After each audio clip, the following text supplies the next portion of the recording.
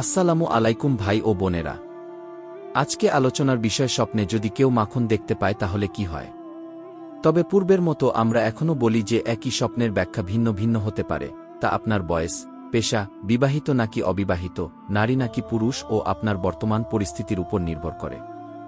স্বপ্নে মাখন দেখার ব্যাখ্যা আমরা কিতাব থেকে যেটুকু পেয়েছি তাতেই আমরা বর্ণনা করেছি। এই রকম আরও স্বপ্নের ভিডিও পেতে আমাদের চ্যানেলটি এখনই সাবস্ক্রাইব করুন। আশা করি আল্লাহর অশেষ রহমতে আপনারা সকলেই ভালো আছেন, আলহামদুলিল্লাহ। স্বপ্নকে আরবি ভাষায় রুইয়া এবং ফার্সিতে খোয়াব বলা হয়। হযরত হুরায়রা রাদিয়াল্লাহু আনহু থেকে বর্ণিত, রাসূলুল্লাহ সাল্লাল্লাহু আলাইহি ওয়াসাল্লাম ইরশাদ করেছেন, রুইয়ায়ে সালেহা তথা ভালো স্বপ্ন আল্লাহর নিকট থেকে দেখানো হয়। তবে স্বপ্নটি সত্য কিনা মিথ্যা হবে তা সম্পূর্ণই আপনার উপর নির্ভরশীল।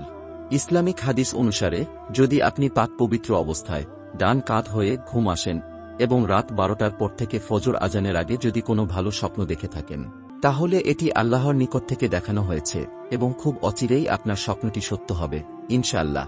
স্বপ্নের এই ব্যাখ্যাটি আমরা ইবনে সিরিন রহমতুল্লাহি আলাইহি এর স্বপ্নের তাবির বই থেকে নিয়েছি। স্বপ্নে মাখন দেখা উর্বরতা, আর্দ্রতা, উপার্জন এবং গভীর জ্ঞানের আলামত। এটা তার কাঙ্ক্ষিত বস্তু সহজ হওয়া অথবা জাগ্রত অবস্থায় কাঙ্ক্ষিত বস্তুর প্রতি চেষ্টা করার অর্থ বহন করে।